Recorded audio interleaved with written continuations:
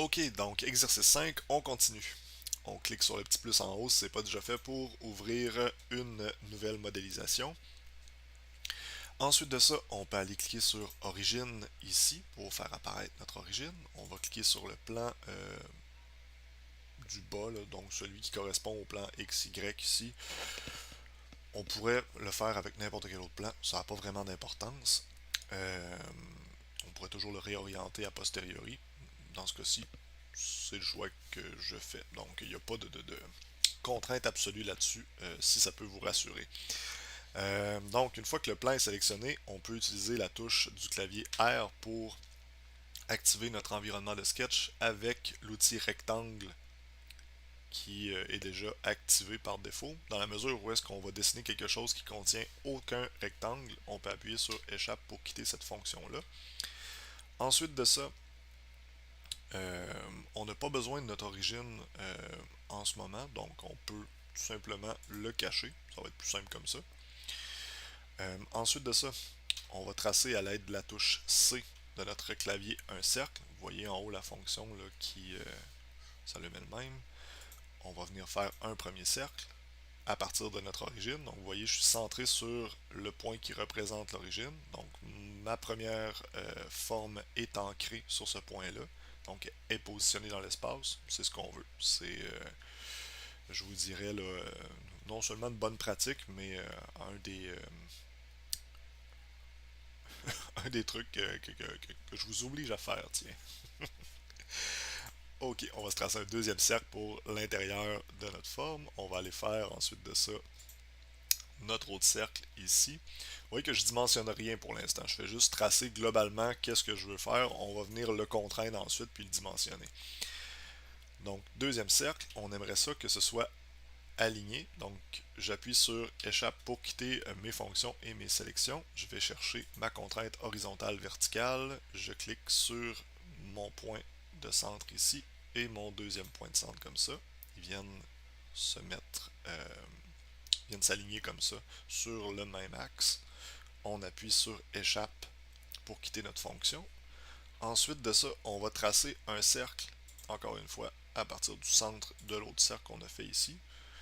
Donc là, on a nos deux cercles. En ce moment, je ne l'ai pas précisé, mais on regarde notre pièce de haut. Donc, c'est pas très sorcier. On va venir tracer ensuite de ça les courbes là, qui vont faire office, là, je vous dirais, là, du bras qui rejoint là, ces deux axes de rotation là, sur notre pièce là, qui ressemble grosso modo à une manivelle de bielle ou quelque chose de ce genre-là. Donc, on appuie sur échappe ici, sur notre clavier. Ensuite de ça, on va venir tracer une courbe. On pourra aller la chercher dans Créer en haut ici, dans Arc. Je vous suggère d'utiliser Arc à 3 points dans ce cas-ci. Je vous ai également montré comment utiliser le boîtier de raccourci. Donc, juste pour continuer là-dessus, on va appuyer sur S. Vous voyez, Arc à 3 points est déjà dans ma boîte. À titre de rappel, si je voulais l'ajouter, je pourrais écrire Arc ici, puis venir, je vais le retirer, venir appuyer sur la petite flèche qui est là pour l'afficher dans notre boîte de raccourcis. Donc, on va chercher arc comme ça. On va cliquer comme ça, puis comme ça. Puis là, vous voyez, Fusion, encore une fois, cherche à auto-contraindre euh, votre esquisse. Donc, vous pouvez faire descendre votre courbe jusqu'à temps que le petit symbole de tangence apparaisse là, à la jonction. Vous voyez, là, il y a un petit cercle avec une ligne au-dessus qui apparaît là. Donc, ça vous fait une action ou une contrainte de moins à poser si vous venez le positionner comme ça. Donc, on a le petit symbole de tangence qui apparaît. S'il apparaît pas, c'est pas grave, on peut l'ajouter a posteriori. Donc, on reclique encore une fois sur notre cercle comme ça.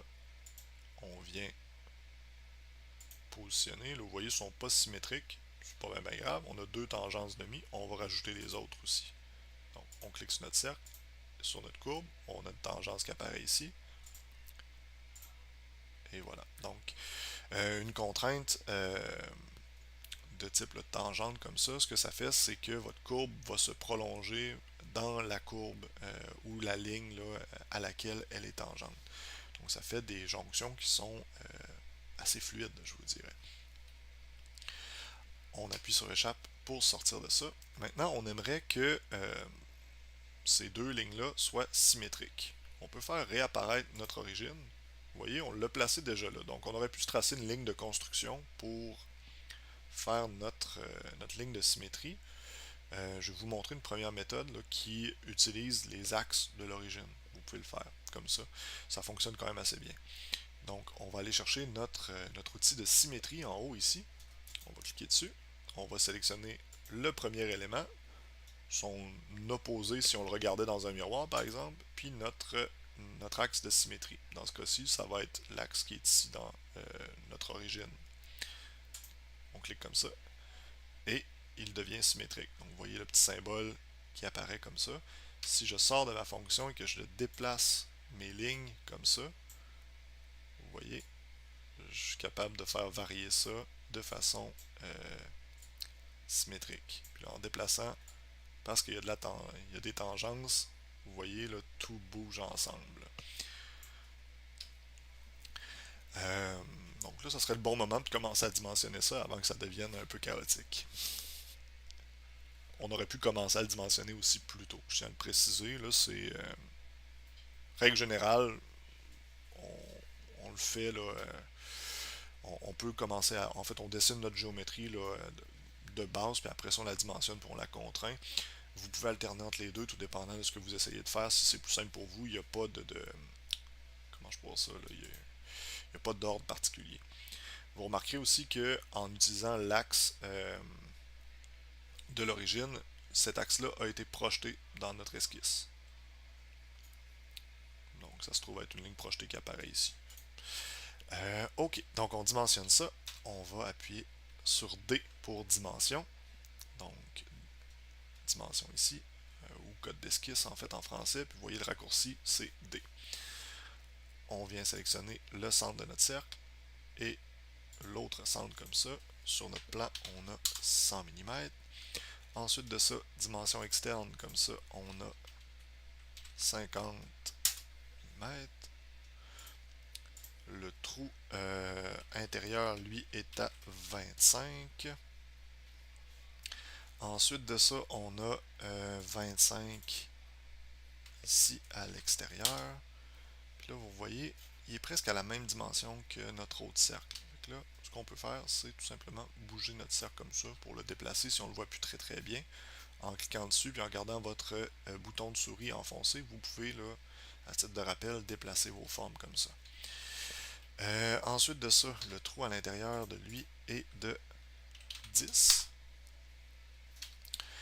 Et puis, ici, on a quelque chose là, qui peut se déplacer comme ça. Donc, pour faire en sorte que ça arrête de se déplacer, moi, ce que je vous suggère de faire, c'est de vous tracer une ligne de construction. On va en faire une pour l'exemple.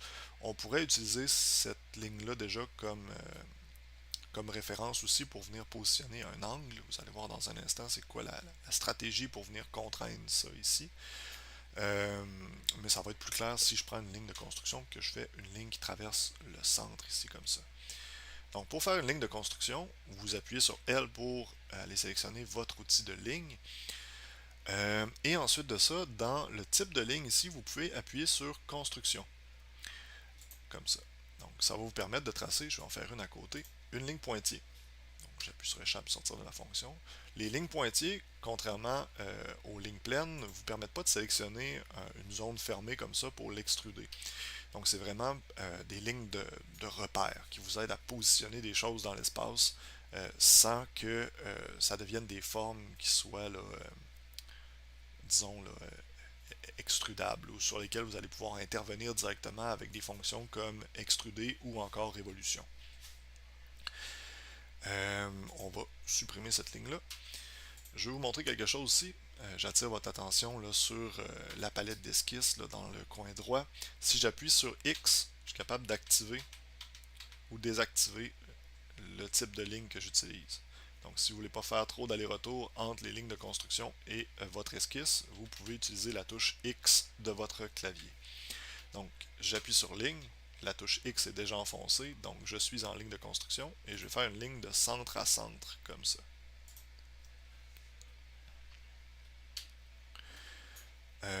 Ensuite de ça, je vais tracer une autre ligne de construction de mon point de courbe ici jusqu'à là ici.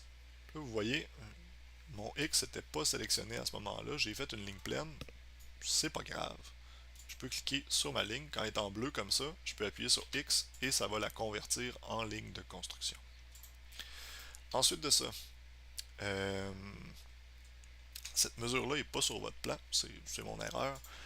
Vous pouvez ici appuyer sur D et puis sélectionner deux lignes qui sont, euh, disons, là, à angle pour définir l'angle à laquelle vous voulez, avec l'angle auquel vous voulez venir placer tout ça.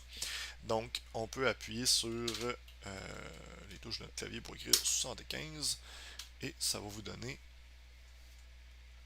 un positionnement pour le point de tangence de ce cercle-là. À titre de rappel, vous pouvez cliquer sur une cote pour la faire glisser, puis rendre la chose, là, rendre votre plan là, le plus lisible possible. Donc, si vous avez des cotes qui sont trop éloignées, vous pouvez les rapprocher comme ça.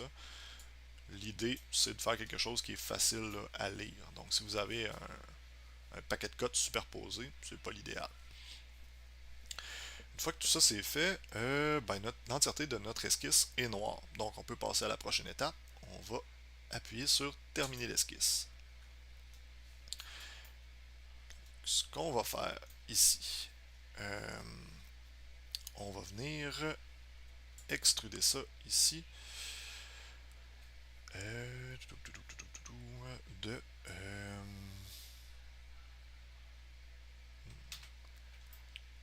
on va dire 25 vers le bas. Donc 25 comme ça. Si c'est pas dans le bon sens, on va entrer un moins. Donc ça va aller de 25 vers le bas. Et puis ensuite de ça, on voudrait extruder aussi de 25 vers le haut. Comment on fait pour extruder deux cotes différentes? Si c'est symétrique, on peut aller dans notre petit menu d'extrusion ici, cliquer sur symétrique, puis là on va voir 2 fois 25 comme ça. Si, comme sur mon plan, vous avez juste une cote qui vous dit d'un bout à l'autre, bonne pratique, je vous dirais. Si c'est vraiment l'entièreté de ce que vous allez extruder, que vous allez mesurer, vous pouvez déjà entrer 50 comme ça, puis ça va vous redonner la même mesure. Donc vous voyez ici ce que j'ai modifié dans le menu.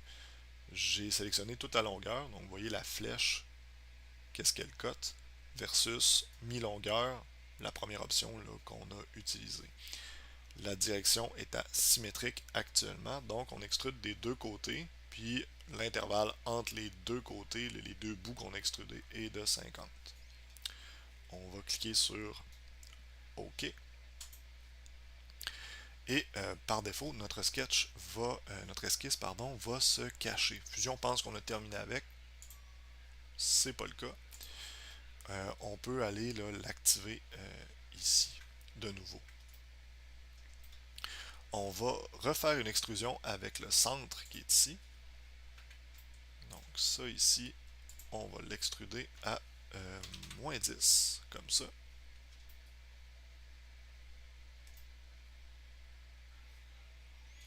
On va joindre ça et puis on va extruder de 25 notre pièce comme ça. Donc je l'ai peut-être fait rapidement, je vais récapituler. Donc je sélectionne ma forme avec ma souris, j'appuie sur E pour ma commande d'extrusion, sinon on peut aller la chercher en haut ici, ou encore, si vous préférez, à l'aide du menu de raccourci, on pourrait avoir la commande d'extrusion directement là, dans notre menu, admettons, en haut ici. On va l'utiliser souvent. Personnellement, je vous recommande d'utiliser le raccourci clavier, ça va être plus rapide. Donc, on appuie sur E, on clique sur notre forme, et puis ensuite de ça, on veut l'extruder vers le bas uniquement. Donc, on peut appuyer sur moins 25. Et voilà. Donc, on se trouve à avoir notre forme comme ça. Ensuite de ça, là, on peut aller cacher notre première esquisse. On va faire réapparaître notre origine.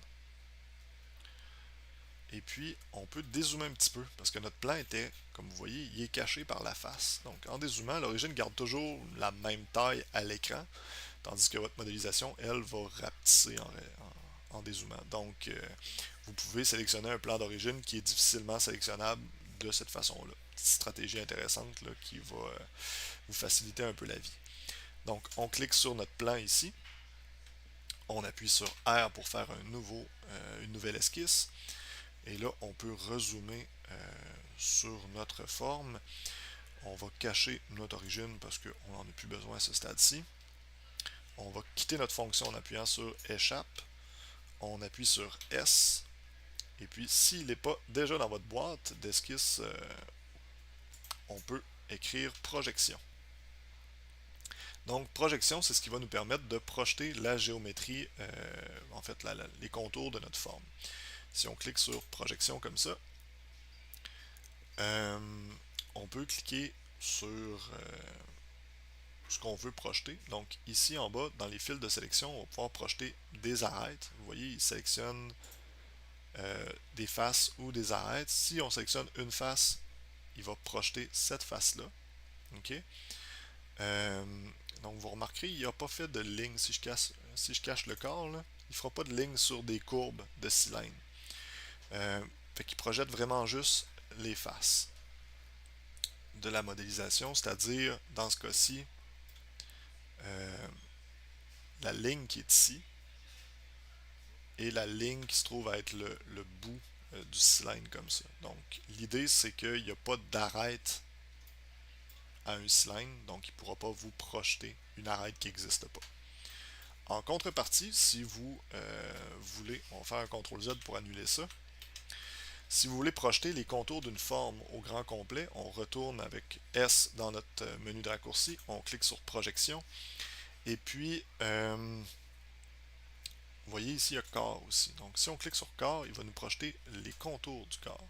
Donc vous voyez là j'ai une ligne qui apparaît ici. Donc c'est vraiment l'entièreté des contours du corps où est-ce qu'il y a des arêtes. Donc vous voyez il y a une arête ici, il va nous projeter cette arête là aussi dans ce cas-ci. Donc on peut sélectionner ça. Ensuite de ça, on va venir à l'aide de notre commande de ligne avec le bouton L de notre clavier. On vient cliquer ici comme ça et on va venir déposer notre ligne comme ça ici. Vous voyez, notre ligne est encore bleue ici, puis elle n'est pas vis-à-vis. Je pourrais la déplacer comme ça. Nous autres, on va vouloir la mettre vis-à-vis finalement, là, notre point de rotation comme ça ici, pour les besoins de l'exemple. On va cliquer sur notre contrainte horizontale-verticale. Là, mon point est déjà sélectionné, parce que j'ai cliqué dessus au préalable. Je pourrais appuyer sur Échappe complètement. Vous voyez, quand le point est sélectionné, il est bleu. Si j'appuie sur Échappe, il arrête de l'être.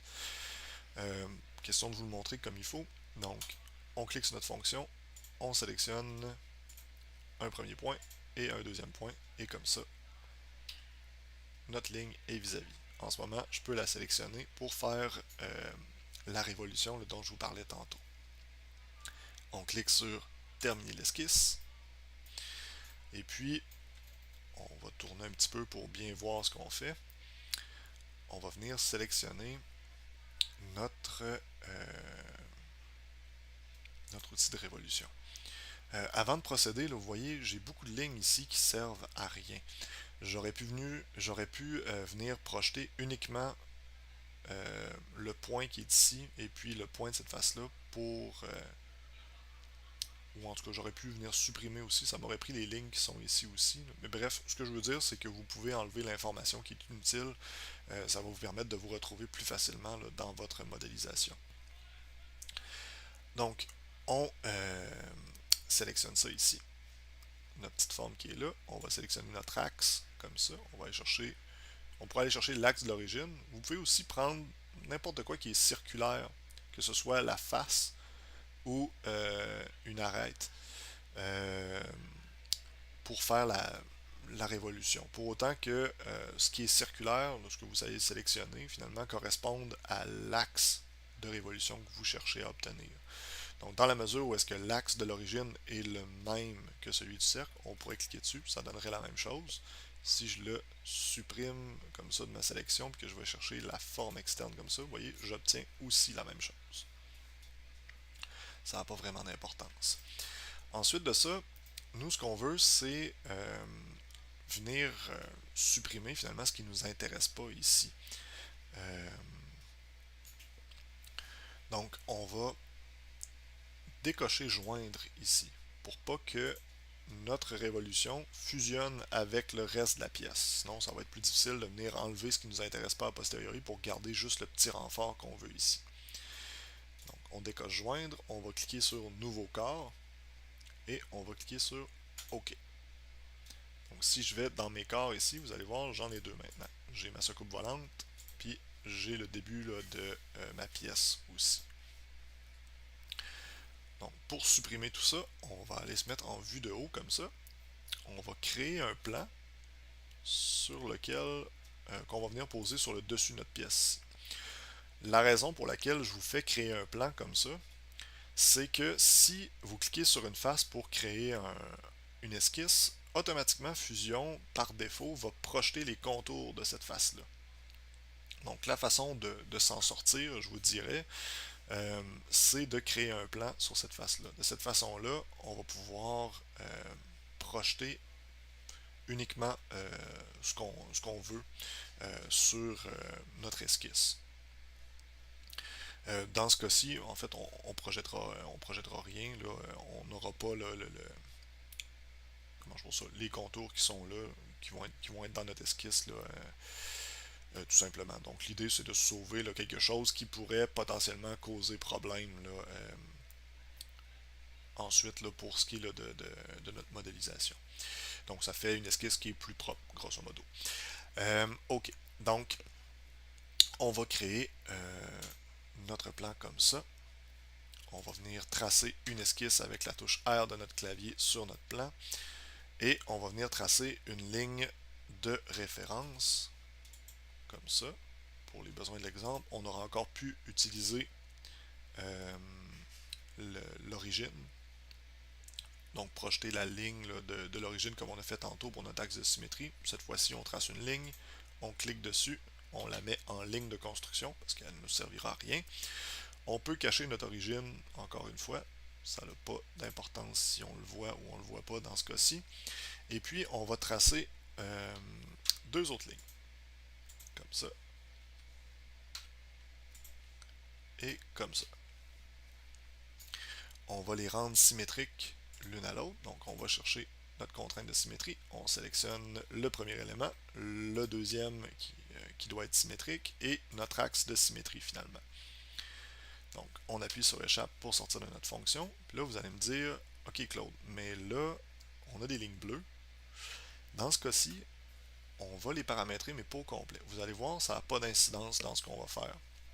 C'est, disons, une des rares fois que, que je vous permets de faire ça. Question que ça soit propre, par exemple, on peut cliquer sur notre contrainte horizontale verticale, puis on va venir les aligner ensemble. Comme ça. Donc, si on sort de toutes nos fonctions en appuyant sur échappe, puis qu'on veut modifier ça, on est capable de le faire. On pourrait venir le coter aussi dans son entièreté, ce serait pas plus grave que ça. Je vous dirais, dans ce cas-ci, on n'en a pas besoin. On a juste besoin de la largeur qui est ici pour déterminer la largeur de notre bras. Ce qui me fait réaliser que je ne l'ai pas mis sur le plan. Donc, je me rappelle plus c'est quoi. Je peux appuyer sur échappe. Pendant que vous êtes dans une esquisse ou tout ça, si vous avez des dimensions qui sont dans un autre fichier, sentez-vous bien à l'aise de cliquer tout simplement sur ce fichier-là. Puis, je vais utiliser cette petite erreur de ma part comme une occasion de vous montrer quelque chose de nouveau. Vous pouvez cliquer sur mesurer en haut ici, dans inspecter. Puis, vous pouvez cliquer sur une première face et une deuxième face. Et vous allez avoir la dimension qui va apparaître ici. Sinon, vous l'avez aussi ici dans les résultats. Donc, vous venez la dimension, l'angle, puis l'air. D'ailleurs, la longueur du contour fermé aussi. Donc, vous avez des informations qui apparaissent. Nous autres, ce qui nous intéresse, c'est le 5 mm qui est là. Donc, on retourne dans ce qu'on faisait. Je pense pas que vous allez avoir le corrigé tout de suite. Donc, dans votre cas, ce que je viens de faire là était purement à des fins démonstratives. On va appuyer sur D. On va cliquer sur nos lignes comme ça.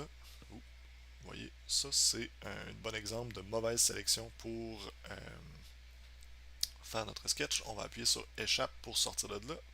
On va aller sélectionner nos lignes. Et en sélectionnant nos lignes comme ça, on va pouvoir rentrer 5. Donc, on a notre outil qui va venir nous servir à couper notre soucoupe volante pour conserver uniquement le renfort. Si vous remarquez, j'ai pas de dimension sur la longueur, donc je peux l'étirer comme ça. Ça n'a pas vraiment d'incidence dans la mesure où est-ce que c'est simplement un outil de coupe, ce qu'on est en train de faire là comme esquisse. Donc on va terminer l'esquisse et on va venir couper notre forme ici. Donc on va appuyer sur S pour aller chercher notre fonction. Puis vous voyez, je l'ai déjà ici, scinder le corps. Si vous ne l'avez pas déjà, vous pouvez l'ajouter. Je vous dirais, il va vous servir quand même assez fréquemment. Donc on clique sur scinder le corps. On va choisir ce qu'on veut couper en premier, donc le corps à scinder. Ensuite de ça, l'outil de scission, on va venir sélectionner notre première ligne et notre deuxième ligne. Donc vous voyez, peu importe la longueur de la ligne, il va le couper au complet. Surtout si on clique sur prolonger les outils de scission. Si on ne clique pas dessus, vous voyez, il va se limiter aux lignes. Donc c'est pour ça que la longueur de la ligne finalement n'a pas d'incidence sur ce qu'on veut faire. On clique sur OK. Et on se retrouve avec les 4 corps dont on parlait là, tantôt. Donc on va aller sélectionner les 3 corps qui ne nous intéressent pas. Comme ça. Donc ce que vous pouvez faire, c'est cliquer sur le premier corps, appuyer sur Shift, cliquer sur l'autre. Donc ça va vous éviter de cliquer sur chacun des corps pour les sélectionner. Et le raccourci clavier pour le petit œil qui est ici, c'est V pour vision, je présume. Donc, ça nous permet de venir cacher les corps qui sont là. Ensuite de ça, on va venir fusionner notre petit bras ici, donc le corps numéro 5 au corps numéro 1. On appuie sur S, on a l'outil combiner qui est ici. On peut l'ajouter si ce n'est pas déjà fait en écrivant combiner en bas. Je ne sais pas si je vous en ai déjà parlé, ça se peut qu'il y ait des fonctions qui se ressemblent. Donc vous voyez, on en a une bleue qui s'appelle combiner, puis on en a une qui est un peu orange craft dinner, ou beige, je suis daltonien, je ne sais pas si ce que je vous dis est vrai. Donc, le bleu ici, c'est les fonctions qui sont spécifiques à l'environnement de modélisation solide ici. Le orange, ça correspond au surfacique. Donc, si vous avez à mettre des fonctions dans votre petit panier pour l'instant, utilisez les bleus. Quand ils sont en doublon comme ça, pas les oranges, c'est des fonctions de modélisation qui sont un peu plus avancées. On y touchera pas dans le cadre de notre formation, là, ou en tout cas très peu. Donc, on va cliquer sur combiner. On va chercher le corps cible.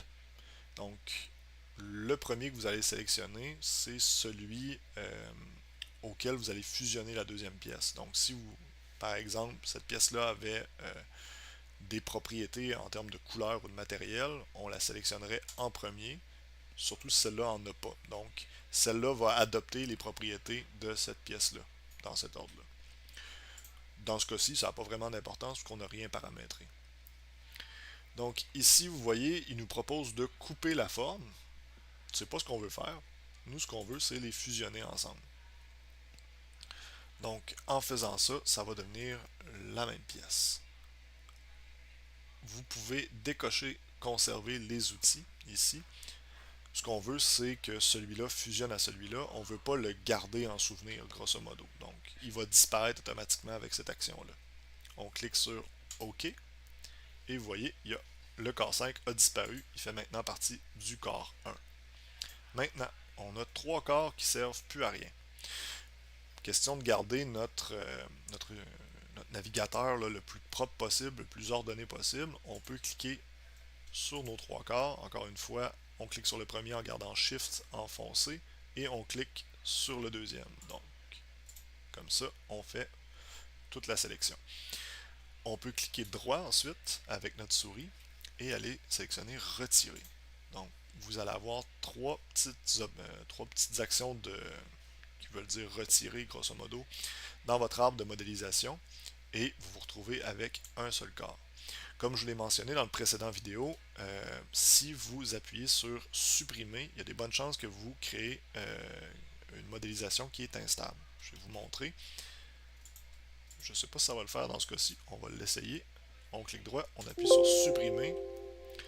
Puis là, il va nous dire les fonctions associées échoueront. Donc, si vous supprimez les corps sélectionnés, les fonctions du plan de montage chronologique qui les références échoueront.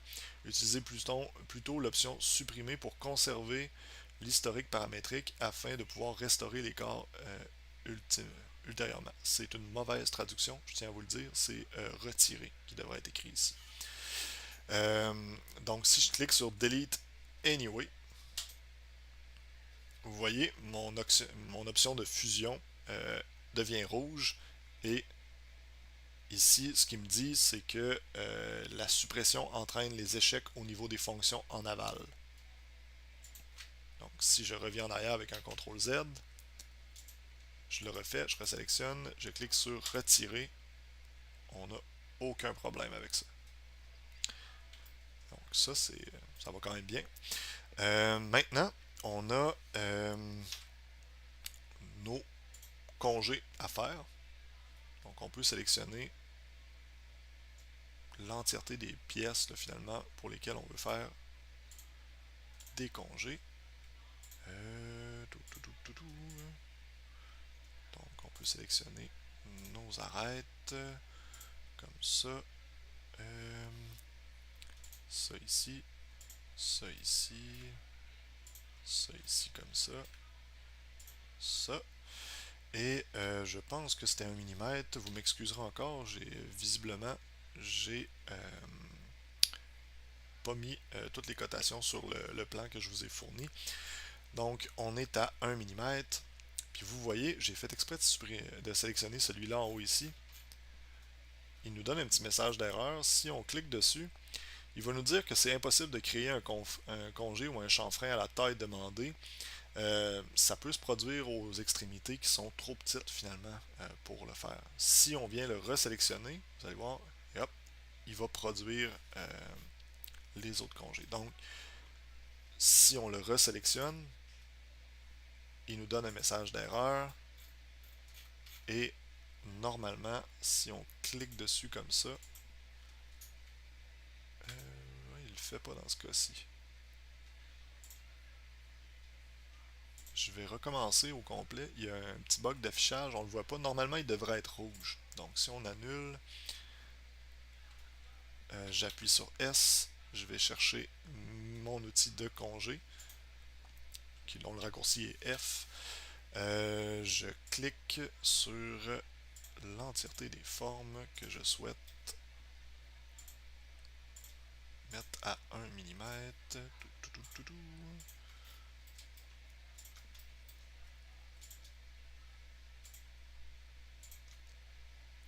Puis là, je dis 1. Donc, vous voyez, il va mettre en surbrillance celui qui n'est pas capable de faire ou celui qui est associé à celui qui n'est pas capable de faire en fonction de l'ordre dans lequel je l'ai pris. Donc, des fois, si vous en enlevez une arête, soudainement, ça devient mathématiquement possible pour cette fonction-là de réaliser la tâche que vous lui demandez. Donc, on regarde partout. Est-ce qu'on a tout sélectionné comme il faut? Oui, c'est beau. Ah non, on a oublié ça ici. Donc, on peut venir le sélectionner en gardant CTRL enfoncé, même si on est déjà entré une mesure. Donc, on garde CTRL enfoncé et on clique dessus. Donc, on se retrouve avec ce qu'on voulait. Puis, on a celui du bout aussi ici qu'on pourrait venir sélectionner. Donc, on a quelque chose d'un peu plus fluide comme transition. Donc, on appuie sur OK. Et ensuite de ça, on peut venir ajouter des chanfreins. Donc, si ce n'est pas encore fait, vous pouvez l'ajouter à votre petite boîte de raccourcis. On peut appuyer là-dessus comme ça. On va appuyer sur 1, admettons. Je ne les ai pas cotés non plus là, sur le plan. Et voilà, on se trouve à avoir notre pièce de modéliser. Donc, ça ressemble à ça pour l'exercice numéro 5. On va Ouais, on va poursuivre dans un prochain vidéo. Je reviendrai sur quelques petits détails là, dans un prochain exercice.